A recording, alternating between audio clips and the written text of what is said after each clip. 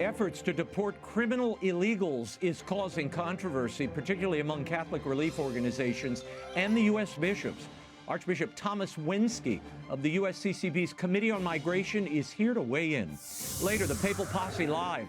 Royal Father Gerald Murray and I did a live event in D.C., and we discussed the Pope's new autobiography and much more. And Academy Award-winning director Mel Gibson talks about his new film, Flight Risk, the #1 movie in America, and his plan for the resurrection the world over. Begins right now.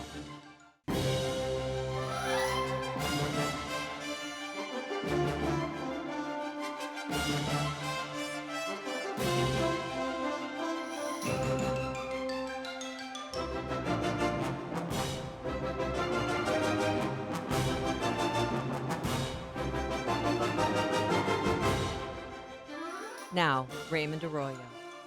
A warm welcome to all of you joining us in the United States and the world over. An important show for you tonight. If you'd like to comment, send me an X post. I'm at Raymond Arroyo and at Arroyo Grande on YouTube.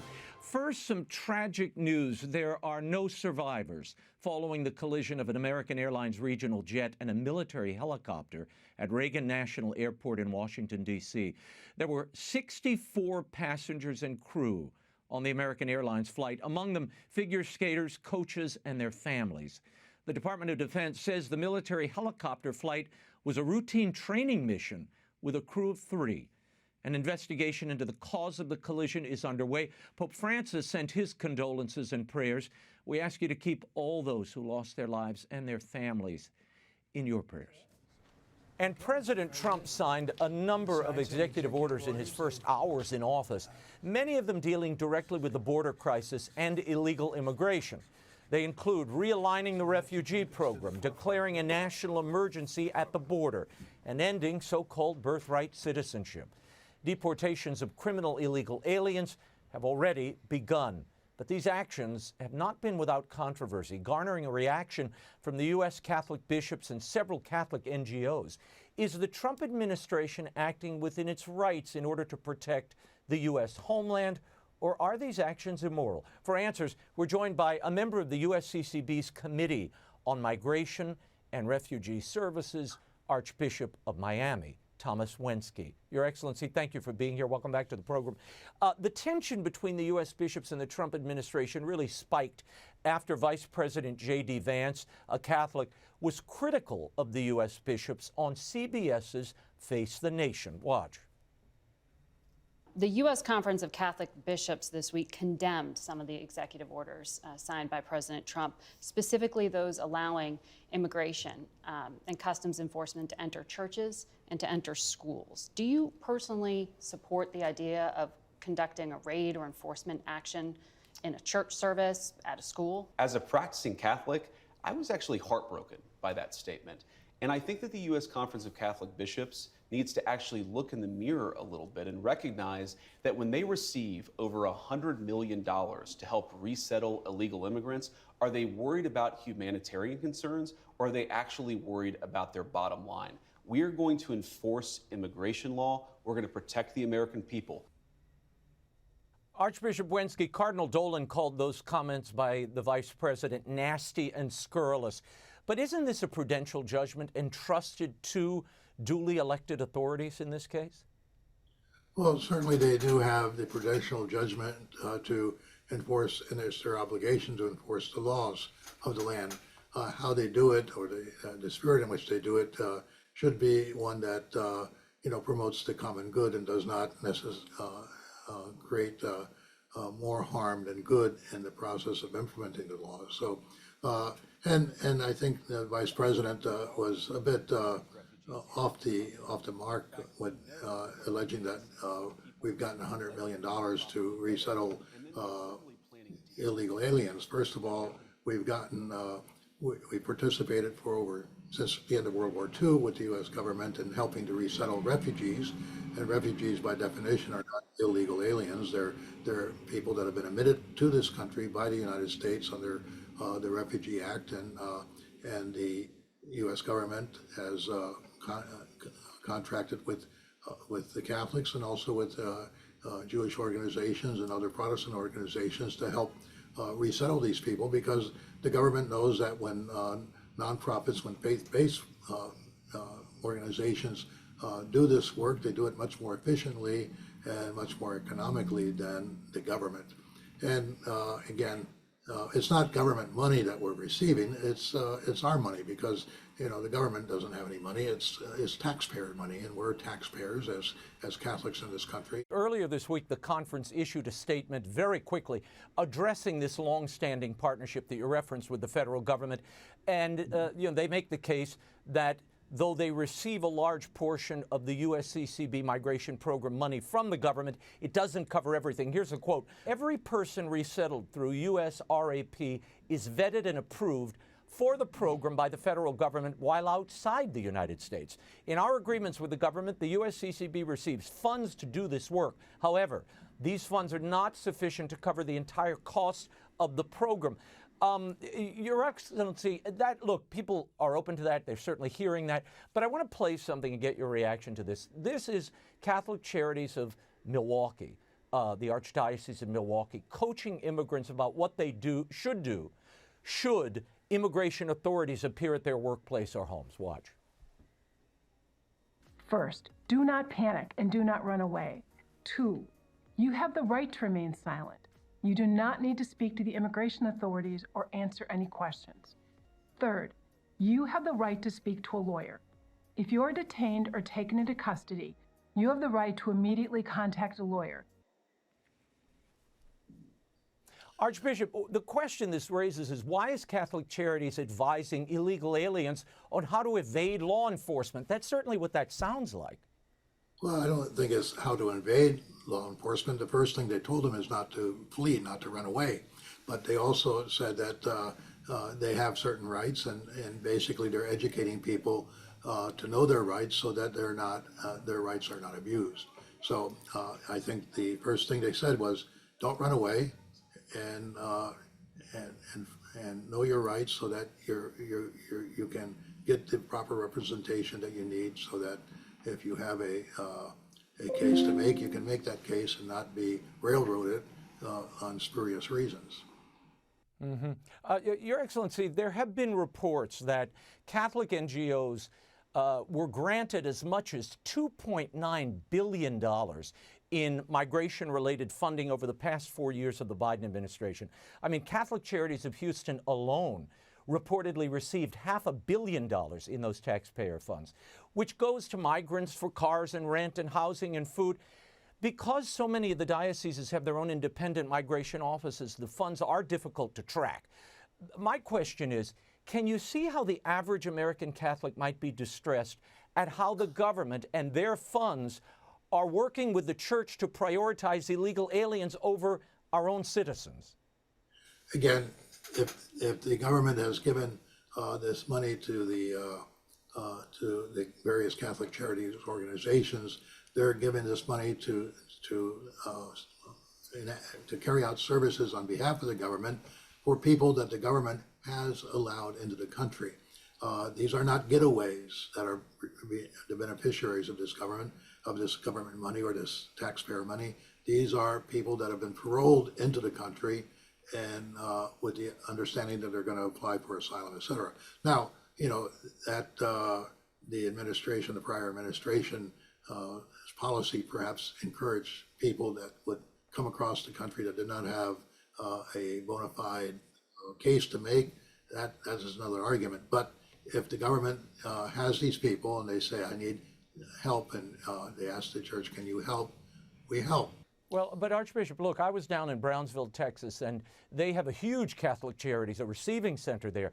And these are people who just come across. I mean, I watched them at 3 a.m. I was embedded. I watched the folks being brought across by the cartels by the hundreds. They're put in buses and they're brought to Catholic Charities, who basically give them a manila folder and an airline ticket to go wherever they wanted in the United States. That seems to be facilitating, I would argue, the extension of the cartels and their actions rather than just doing refugee work. These are two separate things, and I think the funds have all been bundled together here. In that case, your argument is not with the Catholic Charities that are trying to fulfill their corporal and spiritual works of mercy. Your argument is with the government and their their failed policies, if you will, on the border. But once these people are here, you know, you're going to let them leave them on a street corner to starve to death. That would be not according to what we hold as our commitment to serve those who we should recognize Jesus in their face. Archbishop, the Catechism of the Catholic Church teaches, and I'm going to quote this, the more prosperous nations are obliged to the extent they are able to welcome the foreigner in search of the security and means of livelihood. Political authorities, for the sake of the common good for which they are responsible, may make the exercise of the right to immigrate subject to various juridical conditions, especially with regards to the immigrant's duties toward their country of adoption. And, you know, when you read that, doesn't the government have a right to regulate immigration, particularly when it comes to individuals who are known to be criminal dangers, Your Excellency, who are violating not only the immigration law, but have a criminal record? Of course, and we have no argument with that at all. And, you know, that from the Catechism of the Church has a long history. Pius XII said in Ex Familias that, you know, people have a right, because they're human beings, they have a right to conditions worthy of human life. Everybody has a right to live in conditions of human life. But if a person cannot secure those conditions in the place where he is, in the country where he happens to be, where he was born, then he has the right to seek those conditions elsewhere.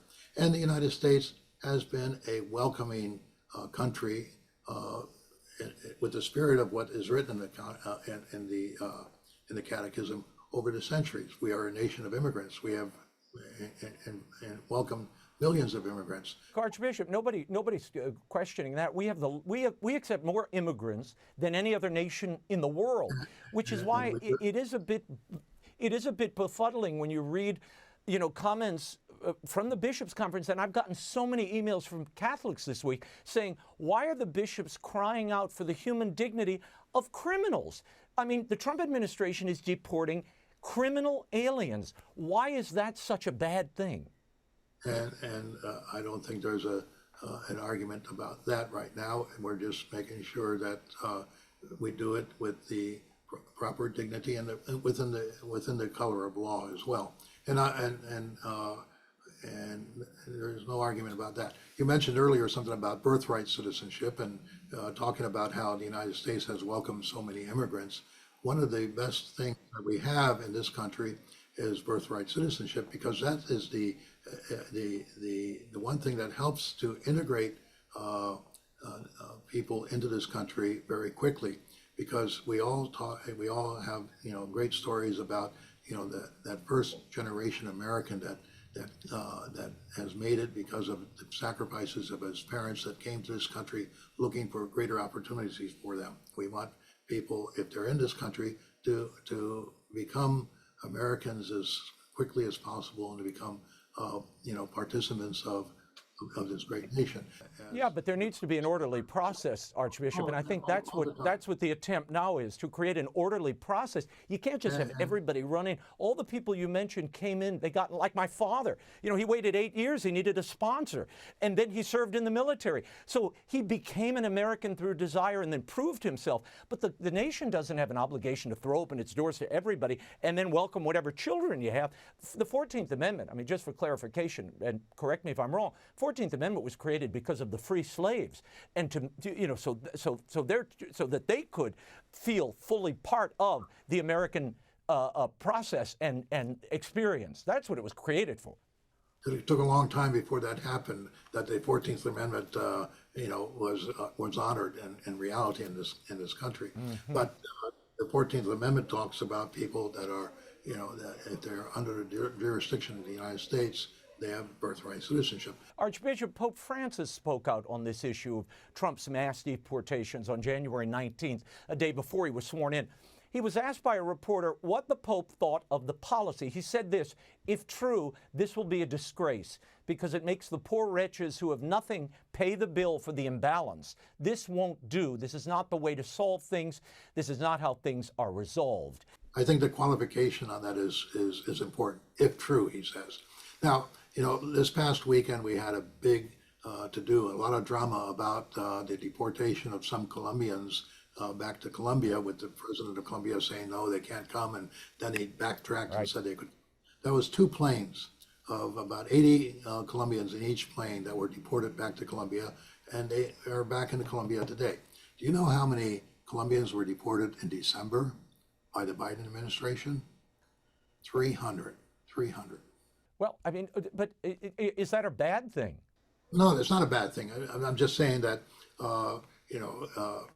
maybe this mass deportation that's everybody's feared about is not as massive as people are thinking. Cardinal McElroy of the Washington Archdiocese said, quote, wider indiscriminate massive deportation across the country would be something that would be incompatible with Catholic doctrine. And I guess the big question is, we're talking about criminal aliens being removed from the country. Is that in any way incompatible with Catholic doctrine, Your Excellency? Well, and I don't think Cardinal McElroy was speaking about criminal aliens. He was talking about a wider sense of deportation. And again, President Trump has, promised to get control of the border, and I think he's going to be successful in doing that. And I think policy-wise, that's a good thing, to get control of the border. But he also has promised us the greatest economy ever, that we're going to have the most prosperous economy we ever had. And that's a great promise. But if he's going to be able to keep that promise, he's going to have to make an accommodation on migration, because you're not going to have the best economy ever without immigrants, because immigrants are part of this economy. They're needed for the economy, and therefore get rid of the bad guys, the bad actors. Okay, if you have to get rid of them, get rid of them. Hopefully, we're not going to destabilize other countries because we've gotten rid of them. But after we got rid of those bad guys, or taken care of them, then let's look at some way of honoring the people that have been here for years and have worked hard and have not gotten into trouble, that have paid taxes, etc. Your Excellency, with all due respect, it seems we're asking the American taxpayer and the American administration to do what the Holy See won't do. The Holy See just promulgated laws that if you violate their border, if you cross the border illegally of the Vatican, the Holy See state, you are subject to 4 to 5 year jail sentences. So why can't we apply that to the United States? I just don't see why the American taxpayer is always the one who has to sort of bear the burden for citizens that refuse to get in line and follow an orderly process of immigration as set forth by the country itself. Well, again, a lot of people are fleeing, desperate conditions. Look at Nicaragua, where there's an active persecution of the church, 4 bishops exiled, a diocese that has lost almost all their priests through exile by the government that not only throws them out of the country, but revokes their citizenship.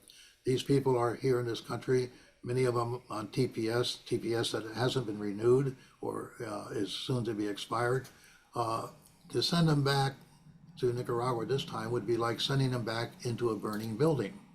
I agree with you, Your Excellency. That's a case of actual refugee status that should be extended to those people. But let's face it, there are a lot of economic refugees that have been accepted that shouldn't have been.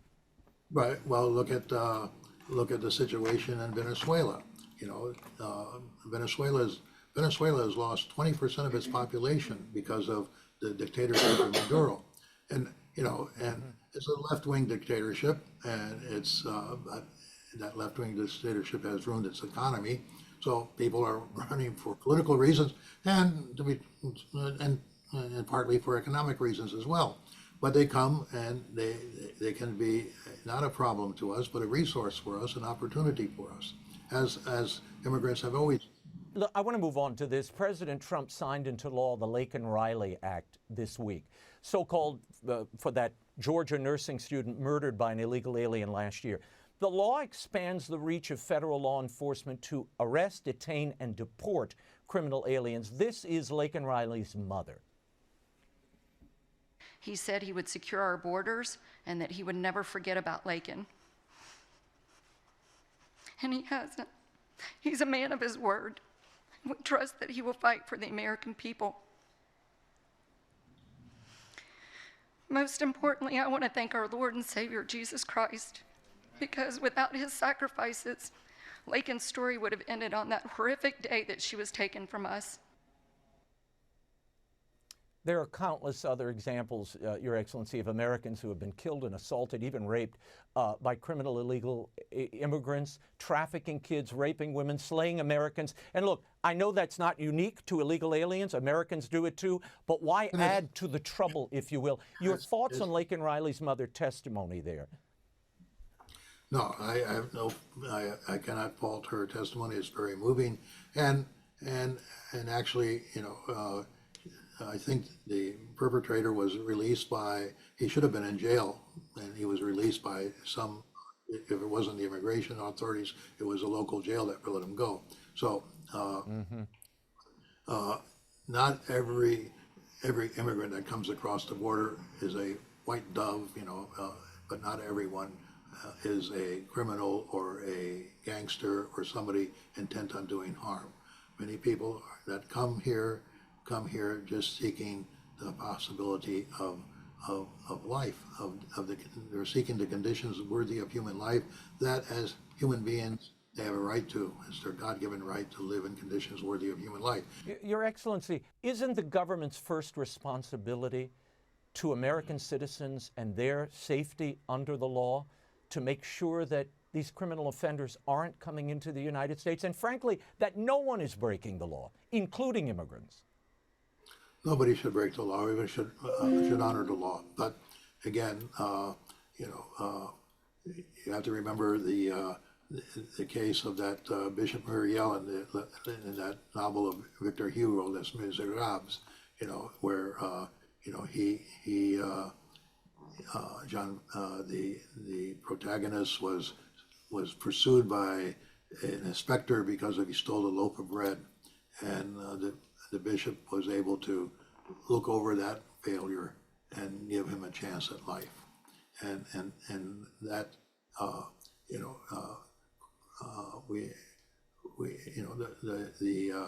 as Jesus said, the man was made. The Sabbath was made for man, not man for the Sabbath. Laws are meant to enhance human flourishing, not to harm human flourishing. A lot of these illegal aliens or illegal migrants or whatever you want to call them, it's not so much that they're breaking the law as the law is breaking them, because there is no system or no procedure for them to regulate their status. We have a broken asylum system where it takes an inordinate amount of time to process an asylum case. Well, no, I think you're right, Archbishop. This is why we need an orderly process, though, which we don't have now because the borders were thrown open for so long. Well, let's work on creating those orderly processes. And what I was talking about earlier, the updating of the registry date would be part of that orderly process, because it would open the doors for people that have been here for a long time, that are needed here because our economy needs them. But at the same time, if we required that they would show good moral character, so we would make sure we would not, admit any bad actors in that case, and that would be a way of providing an orderly process that would benefit not only the migrant but the rest of the American society. Your Excellency, Archbishop Thomas Wenski, thank you for being here. Thank you for the time. We'll check in the days ahead, and we will continue to cover all sides of this immigration issue, as we have for decades, in the week ahead. Thank you. It is not often that the Papal Posse escapes the confines of a TV studio, but we recently assembled at the 25th anniversary of Robert Royal's Faith and Reason Institute in Washington, D.C. Bob and priest of the Archdiocese of New York, Father Gerald Murray, and yours truly, made a special appearance with an audience Q&A, and we hit some topics of interest. Here is the Papal Posse live. Let's open it up to questions. Okay, what I most enjoy about your show is the commentary on current events. So I'm going to be a little provocative, but what do you have to say about the Pope saying that Donald Trump is a disgrace for deporting illegal immigrants this week. This is sort of the typical fodder, I think, of the Papal Posse, so I'm going to leave it there. Thanks for getting us in trouble, Ma. As some of you might have noted, the Pope, following Cardinal McElroy's pronouncement, said that the rounding up of criminal aliens, illegal aliens, undocumented aliens, is a disgrace. Who should be the first victim? You will be. Go ahead, Father. Your thought on this. Sure. The papacy has its political stance as regards its relations to nations, and this is a manifestation of it. And they've taken a stance that once those who are in a country have established themselves here, it's wrong to evict them in general. The Holy See contradicted that in December when the Vatican City State issued laws providing for jail terms for those who illegally enter. So you can say to yourself, political performative speech to prove liberal bona fides conflicts with the fact that if 1,000 ex-countrymen stormed through the Swiss Guard gate to the right, to the left as you're looking at St. Peter's, and went up the hill and where St. Pope Benedict was living and established a tent city up there, they would be thrown out. I see no reason why other countries can't do the same thing. And that was literally last week. 5-year jail terms, fines for anybody broaching the borders of the Vatican. Well, if the Vatican can patrol its borders with a wall that's been there for hundreds of years, surely we can. Bob?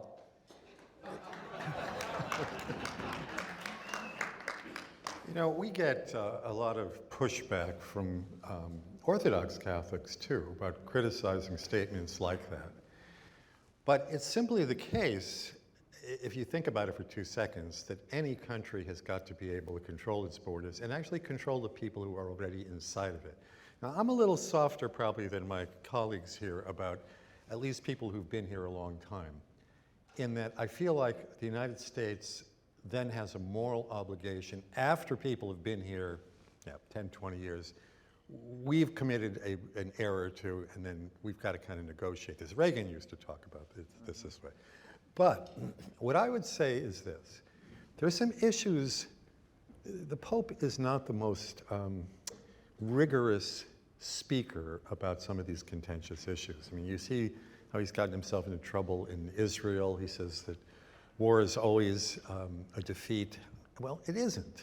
You know, there are times when, unfortunately, because of the fallen nature of the world and the sinners are in the world, that there has to be a violent, I would say the use of force, not necessarily violence, the use of force to repel evil people. And I think that in this case of the immigration, that our bishops, the Vatican largely, and many religious figures in Europe as well, haven't understood the threat. You know, we're America. We love immigrants who come here legally and bring their energies and their talents and even the cultures that they come from. But there's a limit to what any country can absorb. And to just think that anybody who wants to show up at the border here has a virtual right, almost a divine right, to enter and to stay, it just seems to me to be unrealistic. Now, we're lucky in the United States that most of the people, I don't say all, but most of the people who are crossing our border in Mexico are either evangelical or Catholic. In Europe, where these large waves, millions, hundreds of thousands, and even millions of people who are Muslim are arriving. I mean, you see it as much as we do, too. You see these massive demonstrations in London and things that happen in Germany and in France, and they make a country ungovernable. So it isn't as if it's just hard-heartedness and people it's a disgrace that people want to control their borders. It's, if we're seeking the common good within a country, there's going to have to be some kind of control and recognition of what limits there are to not harming your own culture as you're trying to help other people. Yes, ma'am, in the front. So yesterday in the Diocese of Arlington, there was hope.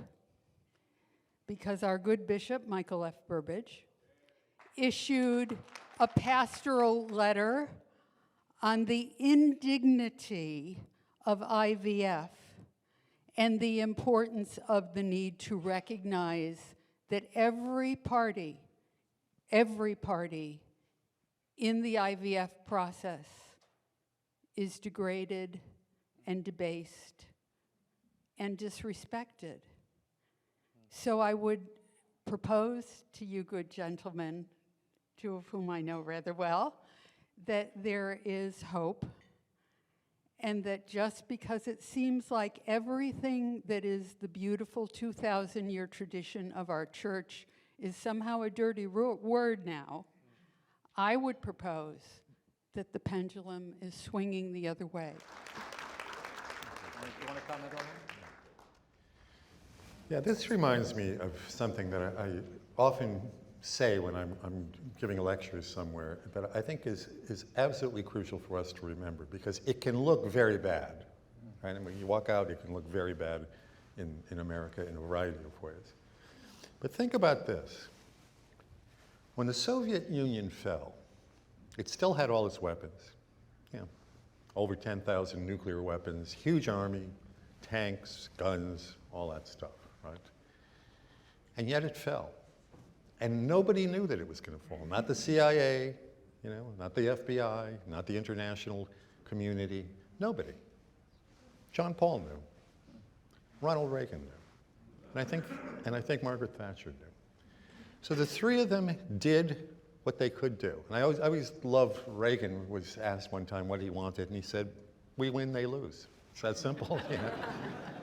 But if you keep that clear in your mind, that you never know, if the Soviet Union can fall with 12,000 nuclear weapons, who knows what can happen in God's time? Mm-hmm. So we stay at it. Even if it seems hopeless, even if it seems like we're outnumbered and the entire culture is against us. But nobody knows the day or the hour that thing might fall.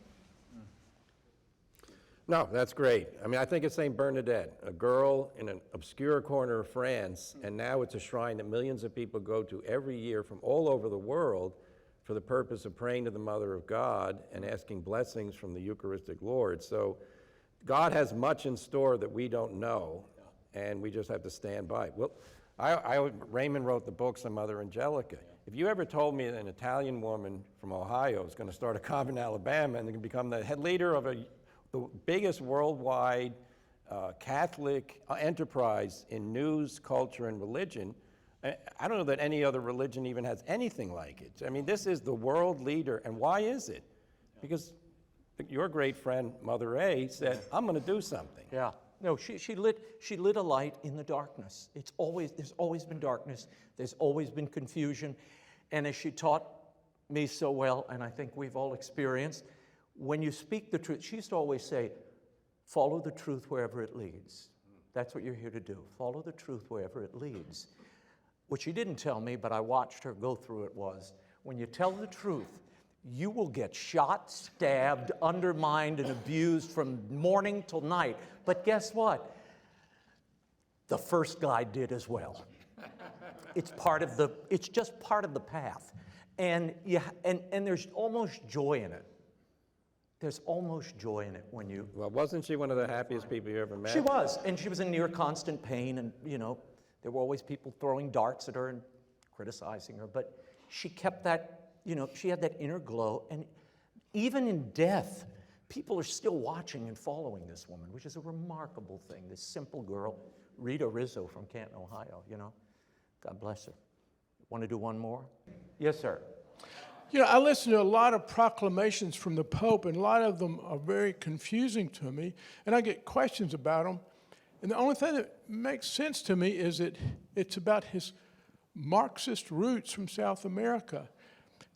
In specific, the Pope and the Marxism, how it's encroached into religion in general. Could somebody comment on Marxism and its effect on the church? Bob, you wrote the book on Marxism.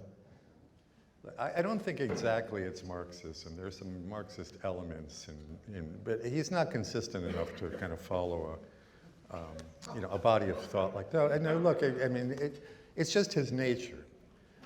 In fact, he once said about Argentinians that Argentinians say one thing, think another, and do a third. And I don't know about my colleagues here, but after the last 12 years of trying to figure him out, I think that probably explains things as much as anything does. But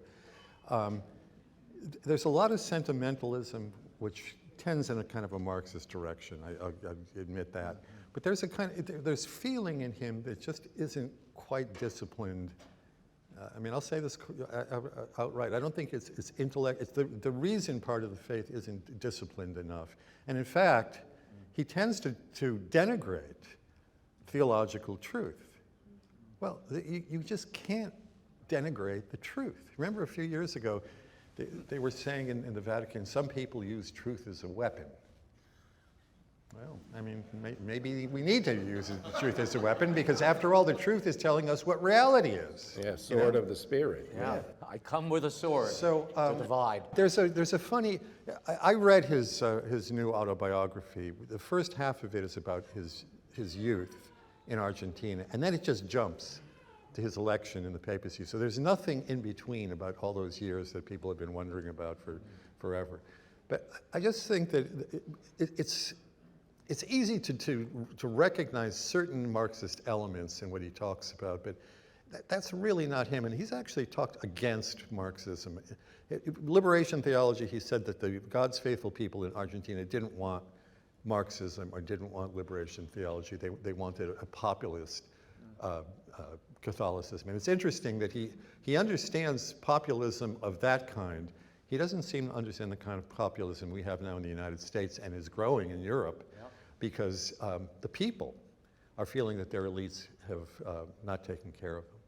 So there's no answer to what you're asking. Is essentially a question that the three of us have been trying to answer over the last 13 years. Well, I will say, in contradistinction, that in an earlier book published a year ago. Contradistinction? What the heck?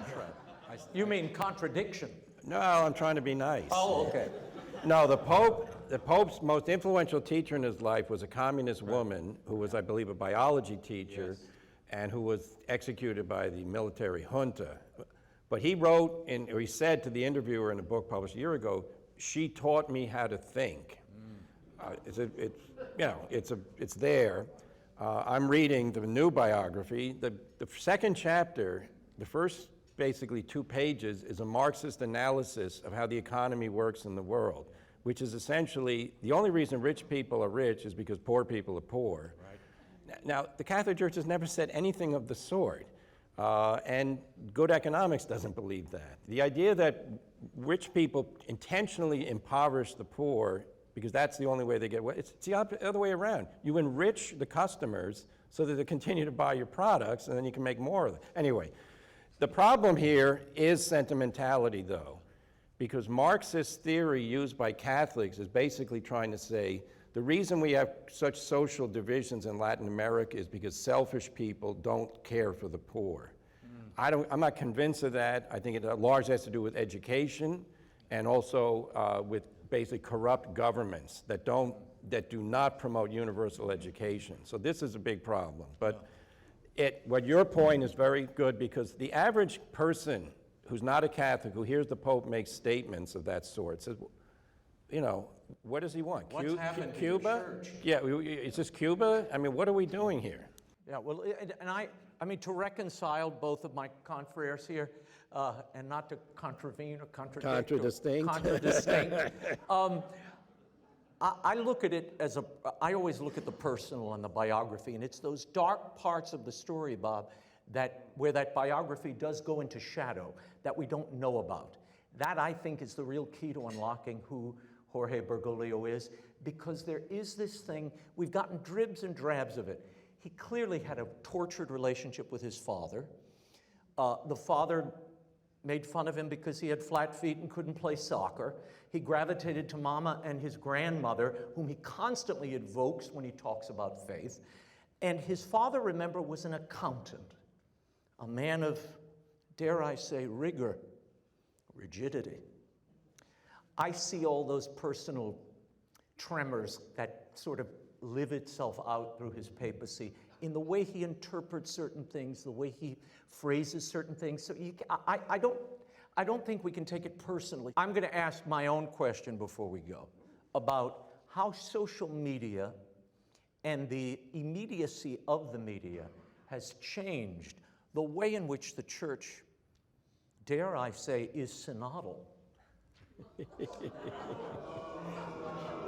All right now. I mean how the church interfaces with the rest of the world and the immediacy of the response and how they have to respond with more vigor and quickly. Do you think they respond? Yeah, I do. Not well, but they respond. Yeah, I'm taken by how fast now the news cycle makes things disappear.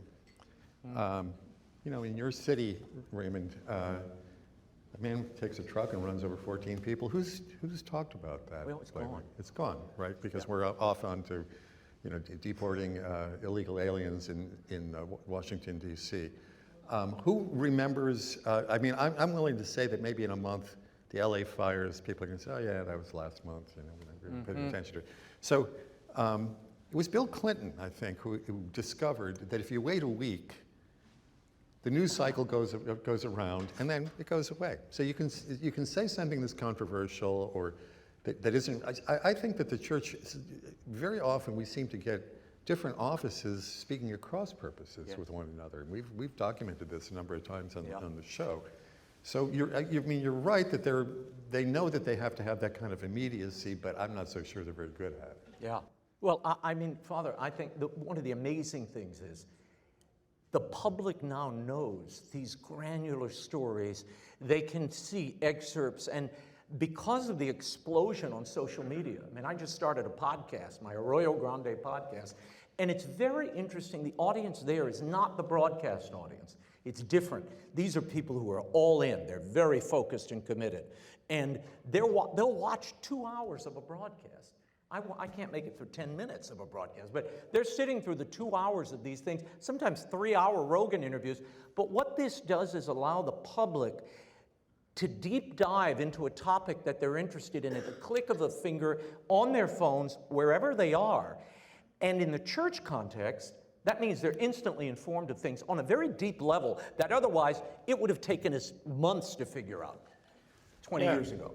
No, I think the phenomenon of instantaneous news across the entire globe has undermined the attempt always to control the narrative, as they say now, but also control the news.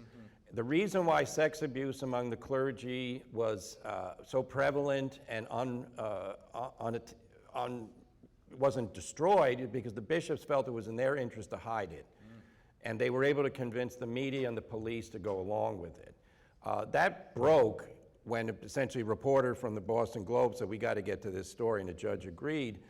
And I'm of the opinion the more information, the better, because as in free market economics, the wisdom of the mass of consumers will show you what product's worth buying and what's not. So in the religious sphere, when the Holy See controls all information about what the Holy See is doing, it's not healthy. And now they don't, because there's so much information that's instantly available, and you can compare notes. I'm always amazed, you've probably seen it, when the Pope does a video, you find there's a picture by Father Rupnik, the evil sexual molester priest who's still a priest for whatever reason. There's still a picture hanging in the Pope's study. Yeah. Now, in the old days, no one would know that, and apparently the Pope doesn't pay attention to the fact that people are going to see it.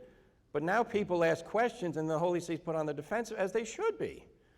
Now, we have journalists in Rome who ask probing questions, and you just can't slough them off and say, "We'll get back to you." Now, of course, they still do it. But the immediacy of the answers, and videotape plays a great role. I always like it, Fox and other news networks, they go back to what the politician said 5 years ago, what he says today. In the church, it's the same thing. So I think that's all to the good. Yeah, but there's not a lot of embarrassment about what...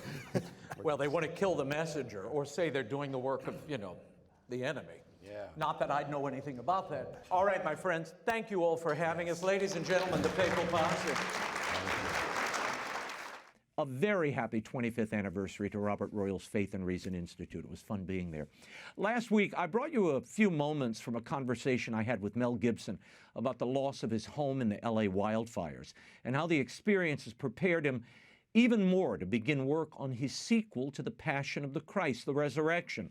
Well, tonight, I bring you an interview I did with Mel about his new thriller, Flight Risk, starring Mark Wahlberg. It's #1 at the U.S. box office, and he discusses that long-anticipated sequel to The Passion. Here's my exclusive interview with Mel Gibson.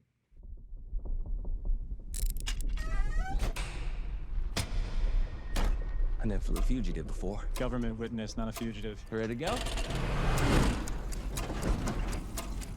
Is it always this bumpy? You get used to it. Moretti is very disappointed in you, and he wants you dead. Oh, shit. We've been compromised.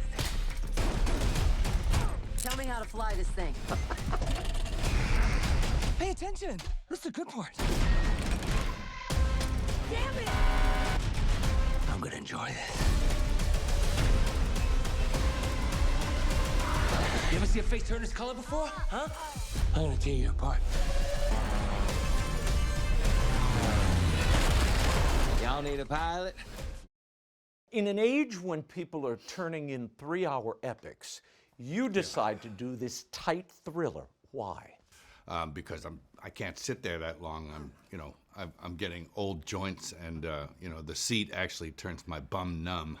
So I have to, I can't deal with it. So I just making a film for an audience that doesn't want a numb butt. So That's it's a like good start. 85 minutes without credits, guaranteed, but 85-minute tight little action thriller. It's what we need after all these hours-long epics. Anytime the audience starts thinking about, what do I have to do when I leave, you know you're in trouble. And I watched some of these epics over the last few months, and your eyes go dry, and you can feel the audience pulling away. But this is not that. This is a tight thriller, and we have not seen, you haven't really done one of these. Not really. A thriller like this. No, and I saw the initial script, and it's just like, wow, that's got all the makings of a tight little thriller. Yeah. And so I said, let's go. And I sat with the writer, and we... What did you ask him to change? Oh, a bunch of stuff. Some character stuff, some story beats, and he was it was already a good script, Yeah. Give us the through line. What happens here? There's a federal agent transporting a witness for a case. That's right. He's going to testify against some, bigwigs and corruption and stuff like that. He wants to make a deal. She puts he doesn't really want to get caught. He's trying to avoid being captured, but he gets caught at the beginning, and then he says, okay, I'll make a deal, just don't hurt me, and he's put on a plane from some remote area somewhere in Alaska where he's hiding out to fly him back. And it's like a 75-minute flight to hit the deck, and we find out on the journey that the pilot isn't who he says he is. He has ulterior motives. Yes, he does. His motives are not very And high-minded. that's Mark Wahlberg, and we want to talk about that character in a little bit. But yeah, Mark, insane. Insane. It's a wild performance. Mark is insane. Yeah. That's in him someplace. This is a very dark Mark Wahlberg. Yeah. Antic Mark Wahlberg that we really haven't seen very much of in recent days. Yeah, frantic, antic, manic, deeply disturbed man who's like, wants you to think he's the normal one and that you need to adjust. But it's a good. Who made the decision to shave poor Mark's hair? He's bald in the movie. That's all Mark. Really? We were about to get shooting, and I was really, excited to get going. And Mark said, "I got an idea." I said, "How about I do it like where I'm wearing a rug and and I'm bald?" And I said, "Whoa, give me 24 hours to think about that, Mark." It's hilarious and kind of great. I think it. And then I slept on it, and I woke up and I said, "That's genius." It worked out. It worked out great. How long was this shoot, Mel? This is a very short shoot. It was like 22 days, and that's harrowing. But this is the way films are made these days, and a lot of the young directors, and in fact almost all directors, are put under this kind of pressure cooker thing, like you deliver and deliver quickly in 22 days, because we ain't living in the same world anymore. And the question is, in that amount of time, can you deliver something of quality? Because filmmaking it's a very intense and it requires a lot and requires a lot of time. How much pre-production time did you have on this movie? I don't know, 5-6 weeks. The whole industry has really changed. I mean, they're requiring you all to turn in product with less and less time. How do you do that as a filmmaker, though, and not embarrass yourself? Well, this is the trick. I think you have to, planning is essential. You have to know what you're doing to begin with. A lot of people don't. Yeah. And so you get less time, which means less money, or sometimes it's less money, which means even less time. And you have to try and achieve excellence, given the and these are right across the board in the industry now. They want it faster, they want it cheaper, they want it, and you know, economically, it's a smart thing. And there is an art to delivering something of quality at a budget. At a brisk pace. At a budget, yeah. How do you plan that as a filmmaker? Where do you go to say, this is what we're leaving in, this is what needs to go, with the time I have on hand? No, absolutely, and you have to be thinking way ahead. I mean, there's the edit. The edit is a great editor who actually worked on this. Yeah, yeah. His name is Steve Rosenblum. Who also edited Braveheart. Braveheart, yes. And he said to me one time, the edit is the final rewrite. And I thought, oh, that's brilliant. He's right.